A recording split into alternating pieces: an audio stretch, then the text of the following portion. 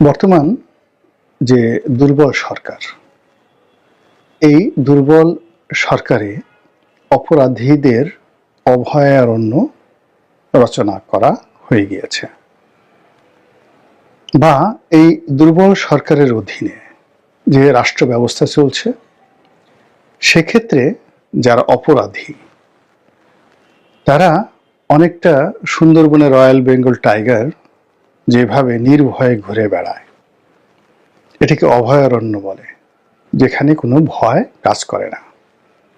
তদ্রূপ আমাদের এই বাংলাদেশ এই মুহূর্তে অপরাধীদের রীতিমতো অভয় অরণ্যে পরিণত হয়েছে। এখানে যারা আইন শৃঙ্খলা রক্ষা করেন, যাদেরকে দেখলে অপরাধীদের মনে আতঙ্ক শুরু হয়ে যায়, অনেকের কাপড় চোপড় নষ্ট হয়ে যায়। এখন কোনো কোনো জায়গাতে দেখা যাচ্ছে যে উল্টো যারা আইন শৃঙ্খলা রক্ষা করবেন তারা অপরাধীদের দ্বারা নিয়ন্ত্রিত হচ্ছেন, শাসিত হচ্ছেন, অপদস্থ হচ্ছেন, অপমানিত হচ্ছেন। ফলে কি হলো, পুরো অপরাধের যে জগৎটি, এই জগৎটি এখন স্মরণকালের সবচেয়ে বেশি ভয়ঙ্কর হয়ে পড়েছে। তো অপরাধী বিভিন্ন ধরনের রয়েছে। আইন নিজের হাতে তুলে নেওয়া, খুন, ধর্ষণ, চাঁদাবাজি, তারপরে হাজারো রকম অপরাধ রয়েছে। তো অভয়ারণ্য বলতে যেটা বুঝেছি সেটি হলো সকল রকমের যারা অপরাধী এই সময়টিকে তারা মনে করছে যে তাদের তকদিরের জন্য, ভবিষ্যতের জন্য এটি একটি মোক্ষম সময়। ফলে যে যার মতো করে পারছে আগামী দিনে তাদের যে বেঁচে থাকার জন্য যা কিছু দরকার এই সময় অর্জন করার জন্য সর্বোচ্চ শক্তি প্রয়োগ করে সাধারণ মানুষের জীবন তছনছ করে দিচ্ছে। যেমন ধরুন, একজনে একটা খুব বড় দোকান চালাচ্ছে, এটা ঢাকার একটি বাস্তব ঘটনা, এটা কোনো গল্প নয়। আপনারা যদি জানতে চান আমি দিয়ে দিতে পারবো। ঢাকার অভিজাত এলাকাতে অনেক বড় কোটি কোটি টাকা মূল্যের একটি ফার্মেসি, ওষুধের দোকান। এখন ওর আশেপাশে আরো 4-5টি ওষুধের দোকান আছে, কিন্তু কোনো অবস্থাতেই তাদের সঙ্গে পেরে উঠছে না। তো এই যে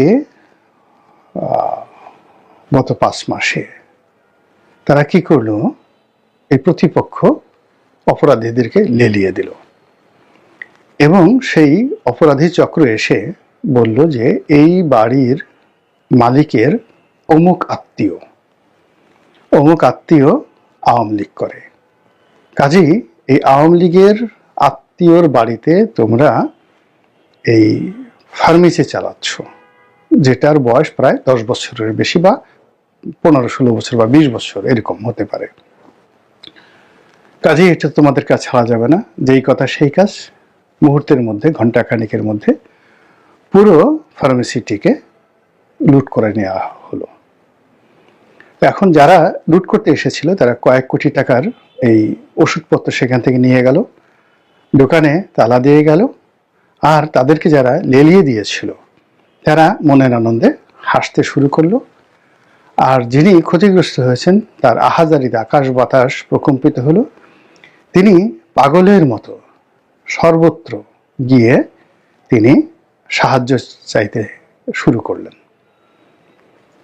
এবং এখনো পর্যন্ত তিনি কোনো পক্ষ থেকে, কোনো আইন শৃঙ্খলা রক্ষাকারী বাহিনীর পক্ষ থেকে ন্যূনতম আশ্বাস পাননি। অনেক হুজুরের কাছে গেছেন, অনেক নেতার কাছে গেছেন, সবাই বলছেন ধৈর্য ধারণ করো, সময় আসুক, পরে দেখা যাবে। কিন্তু সর্বনাশ যা হবার তা হয়ে গেছে। তো এখন বুঝুন যে যারা এই যে অপরাধ করেছে তাদের জন্য কতটা স্বর্গরাজ্য হয়ে গেছে যে আইন শৃঙ্খলা রক্ষাকারী বাহিনীর সামনে প্রকাশ্য দিবালোকে এরকম কোটি কোটি টাকা মূল্যের একটি বড় ওষুধের দোকান লুট হয়ে গেল। একটা উফ শব্দ করার মতো লোক আমাদের এই সমাজে নেই। তারা মনের আনন্দে সেখান থেকে টাকা নিল, অর্থ নিল এবং এগুলো নিঃসন্দেহে অন্য জায়গায় তারা বিক্রি করে দিয়েছে।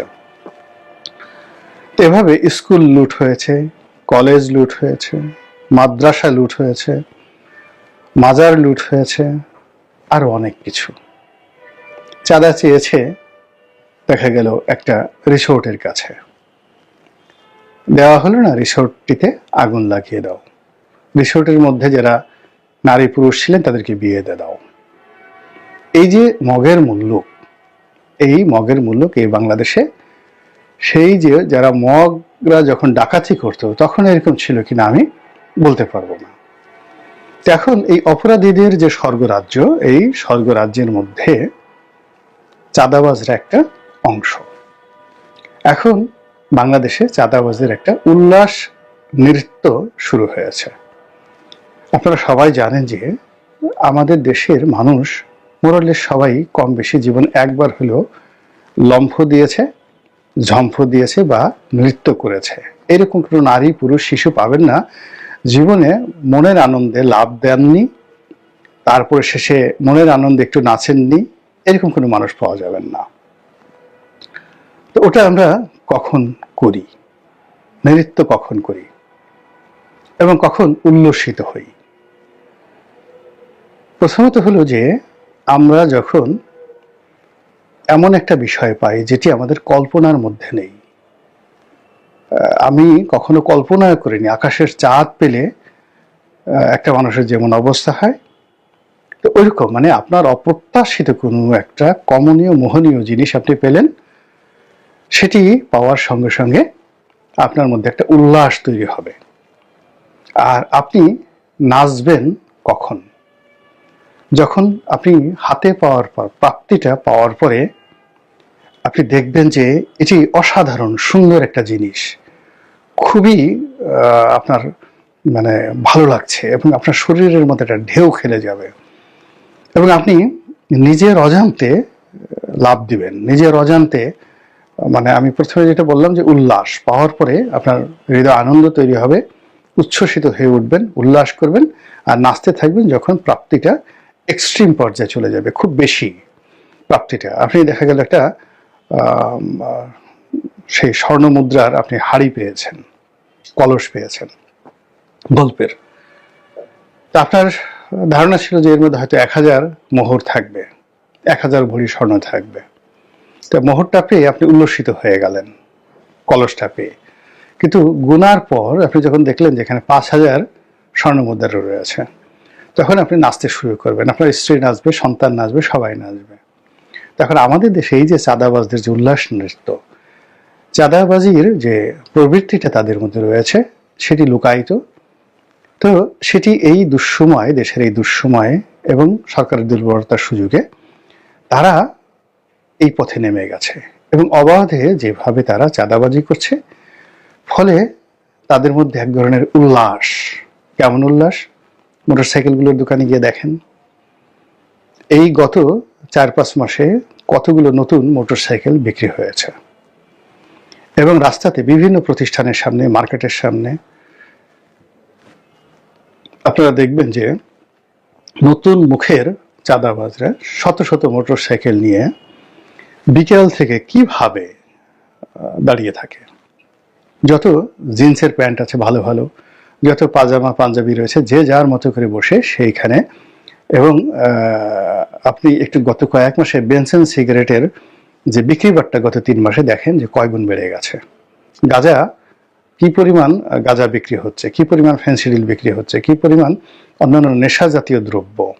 এখন তো সীমান্তে ওইভাবে চেক করা হচ্ছে না, ভারত থেকে, মায়ানমার থেকে যে পরিমাণ আপনার ইয়াবা আসছে এবং ঢাকা শহরে যেভাবে এগুলো বিতরণ হচ্ছে, আপনি এই মোটর সাইকেলগুলোর গতিবিধি দেখলেই বুঝতে পারবেন যে তারা কি পরিমাণ উল্লসিত। আর মোটর সাইকেলের গতি দেখেই বুঝতে পারবেন যে তারা কিভাবে নৃত্য করছে। এখন এই যে তারা অবাধে চাঁদা আদায় করতে পারছে, এর কারণে তারা উল্লসিত আর তারা নৃত্য করছে। যে আমরা আশা করেছিলাম যে এটি 500 টাকা আসবে, কিন্তু এখানে 5000 টাকা যে আসতে পারে এটি কল্পনাও করতে পারিনি। একটা উদাহরণ বলি, এক জমানাতে এক চেয়ারম্যান সে ডাকাত ছিল, সে ডাকাতি করতে গিয়ে জনপ্রিয় হয়ে যায় এবং একটা সময় সে চেয়ারম্যান হয়ে যায়। সত্য ঘটনা। তারপর চেয়ারম্যান হওয়ার পরে সে কি করলো, একটা সময় সে সংসদ সদস্য হয়ে যায়। তো সংসদ সদস্য যাকে পরাজিত করে সে সংসদ সদস্য হয়, ওই ডাকাতের ভয়কে ভোট দিতে যায় নাই। তো সে সংসদ সদস্য হয়ে আগে যিনি ছিলেন তিনি বাংলাদেশের খুব নামকরা প্রাজ্ঞ রাজনীতিবিদ, তো ওই ডাকাত সংসদ সদস্য একদিন সেই প্রাজ্ঞ রাজনীতিবিদদের সঙ্গে দেখা করতে যায় এবং তাকে সালাম করে বলে যে, দাদা, এমপিগিরি যে এত মজার, এখানে যে এত টাকা আছে, এটা তো আগে আমি কল্পনাও করতে পারি নাই। তো সেই রাজনীতিবিদ পরে আমাকে সেই সম্পর্কে বললেন আর কি। এটা হলো বাস্তবতা। তো চাঁদাবাজদেরও একই অবস্থা। তারা কল্পনা করেছে যদি কখনো পট পরিবর্তন হয়, ছাত্রলীগের লোক চলে যায়, আমরা চাঁদাবাজি করব। কিন্তু সেই চাঁদাবাজিতে যে এত আনন্দ, এটা তারা কল্পনা করতে পারেনি। আর এই চাঁদাবাজিতে যে এত টাকা উপার্জন, এটাও তারা কল্পনা করতে পারেনি। ফলে চাঁদাবাজদের মধ্যে রীতিমতো উল্লাস নৃত্য শুরু হয়েছে। এই গেল এক। 2 নম্বর হলো যে জালেম, যারা জুলুম করে, জোর করে, জবরদস্তি করে এবং অত্যাচার করে, এদেরকে আমরা সাধারণত জালেম বলি, জাহেল বলি। এখন এই যে চাঁদাবাজ, তাদের যেটা গডফাদার, তাদের একটা সিন্ডিকেট, এই সিন্ডিকেটের মধ্যে জুলুম শুরু হয়েছে, অন্তর্দ্বন্দ্ব শুরু হয়েছে, মারামারি শুরু হয়েছে। ইতিমধ্যে সারা দেশে অসংখ্য খুন খারাপির মতো ঘটনা ঘটে গেছে এবং এগুলো বাড়তে থাকবে। তো এই যে নতুন একটা জালেম সম্প্রদায় তৈরি হয়ে গেল। চাঁদাবাজিটা প্রাথমিক স্তর, অতিরিক্ত চাঁদা আদায় দ্বিতীয় স্তর, এবং এটার আনন্দ উপভোগ করতে গিয়ে উল্লাস প্রকাশ করা তৃতীয় স্তর, আর চতুর্থ স্তর হলো নিজেদের মধ্যে ভাগাভাগি, মারামারি, কাটাকাটি করার জন্য জুলুম করা, অত্যাচার করা। এই ওকে দিবি না, ওকে দিবি, ওকে দিবি না, ওকে দিবি, মানে নিজেরা তো মারামারি করেই, আর তাদের জুলুম দ্বারা যারা চাঁদা দিতে বাধ্য হয় তাদের জীবনটাও ঝালাপালা করে ফেলে। যেমন এক্স একটা ফুটপাতের দোকান থেকে 100 টাকা নিয়ে আসলো, ওয়াই গিয়ে বললো যে তুই আর এক্স কে দিতে পারবি না। তো এখানে সমস্যা হয়ে গেল যে সেই দোকানদার যদি ওয়াইকেও 100 টাকা দেয়, আর এটা যদি এক্স শুনে, সে এসে সেই দোকানদারকে মারধর শুরু করলো যে ওকে দিলি কেন। সে কিন্তু নিরাপত্তার জন্য, বাঁচার জন্য দুজনকে দিতে রাজি, কিন্তু এই দুজন দেখা গেল যে সম্মিলিতভাবে ওই দোকানদারকে এসে মারধর করলো, তুই কেন ওকে দিলি। এই যে একটা সম্প্রদায় তৈরি হয়েছে, যারা চাঁদাও নিচ্ছে আবার জুলুমও করছে, এবং এটা এত একটা নির্মম এবং এত একটা নিষ্ঠুর যে একজন ডাকাতি করতে গেছে এবং এটা আমাদের ছোটকালে শোনা কথা। এরা যেখানে যেত এবং সেখানে তারা ধর্ষণ করত। তো এখন এরকম এক ডাকাত গ্রুপ গিয়ে একটা পরিবারে যুবতী এক মেয়েকে ধর্ষণ করেছে এক ডাকাত, এবং সেই ধর্ষণ করার পরে অন্য ডাকাত ধর্ষণ করতে আসছে। এখন সে আগের ডাকাত এটা সহ্য করছে না, এখন 2 ডাকাতে শুরু করলো মারামারি। এখন তাদের সেই মারামারিতে ধর্ষিতার যে অবস্থা হয়ে গেল, তার কাছে মনে হলো সে আবার সেই গ্যাং রেপের দ্বারা শিকার হবে। আমরা ছোটকালে এই ঘটনাটা শুনেছি, আমাদের এলাকাতে এরকম একটা পরিবারের ঘটনা, কান্নাকাটি করেছে। আমরা সেই মহিলার দিকে খুব যাকে করুণ দৃষ্টিতে তাকাতাম। এখন ওই মহিলার যে অবস্থা, এখন অনেক ফুটপাতের যারা দোকানদার, তারপরে শেষে বিভিন্ন মার্কেটের যারা লোকজন, বাসা বাড়িতে যারা থাকে, তারা এই চাঁদাবাজের দৌরাত্ম্য, তার সঙ্গে সঙ্গে চাঁদাবাজদের মধ্যে যারা আবার জাহেল হয়ে পড়েছে, জুলুম হয়ে পড়েছে, তাদের অত্যাচার দ্বারা রীতিমতো আর্তচিৎকার শুরু করেছে। তাদেরকে রক্ষা করার মতো কোনো মাধ্যম নেই, কেউ দায় নিচ্ছে না, বরং একে অপরকে দায়ী করছে। ওর কাছে যান, আমি দায়ী না, ও দায়ী, আমি তো এই কাজ করেছি, আমার এখানে কি করার আছে। তো রাষ্ট্র বলেন, থানা বলেন, পুলিশ বলেন, রাজনৈতিক দল বলেন, ব্যক্তি বলেন, নেতা বলেন, কোথাও নেই কেউ যে এই চাঁদাবাজ জুলুম এবং জাহেলদের হাত থেকে সাধারণ মানুষকে রক্ষা করতে পারে। ফলে কি হচ্ছে, পুরো যুগটি একটি জাহেলের যুগ, এই যুগে পরিণত হয়েছে। আপনি ভালো আছেন, আলহামদুলিল্লাহ, আল্লাহর প্রতি শুকরিয়া। যদি আপনি মন্দ হয়ে যান, মানে আপনি যদি বিপদে পড়েন, তাহলে একমাত্র আল্লাহ ছাড়া আপনার রক্ষার কেউ নাই। এই যুগটিকে, আয়াম শব্দের অর্থ যুগ, আর জাহেল শব্দের যে কর্মকাণ্ড, জাহেল বা জুলুম যারা করে, সেই জুলুমের যে কর্মকাণ্ড, এটিকে বলা হয় জাহেলিয়াত। তা আয়ামে জাহেলিয়াত, জাহেলিয়াতের যুগ। আমরা কি সেই যে বাংলা একবার আয়ামে জাহেলিয়াত শুরু হয়েছিল, 100 বছর ছিল, শশাঙ্কের রাজত্বের পরে 100 বছর এই বাংলায় আয়ামে জাহেলিয়াত ছিল, যেটিকে বলা হয় মাছার ন্যায়। বড় মাছ যেভাবে ছোট মাছকে গিলে খায়, ওভাবে এই বাংলা 100 বছর নির্যাতিত হয়েছে, নিষ্পেষিত হয়েছে। ভিন দেশ থেকে, ভারত থেকে রাজা এনে, আমি আবার বলছি, ভারত থেকে লোক ভাড়া করে এনে, মানে রাজা ভাড়া করে এনে আমাদের দেশের জনগণ গণতান্ত্রিকভাবে তাদের হাতে এই মাৎসান্যায় অবস্থা থেকে রক্ষা পাওয়ার জন্য তাদের হাতে নেতৃত্ব দিয়ে দিয়েছিল। এবং সেই পাল বংশ 400 বছর এই বাংলা শাসন করেছে। তারা বাংলাদেশের লোক নন, তারা ভারতের লোক।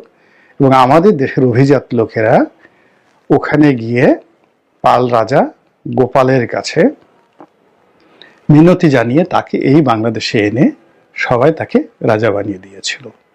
এটা গোপাল রাজা হওয়ার আগে 100 বছর আয়ামে জাহিলিয়াত ছিল।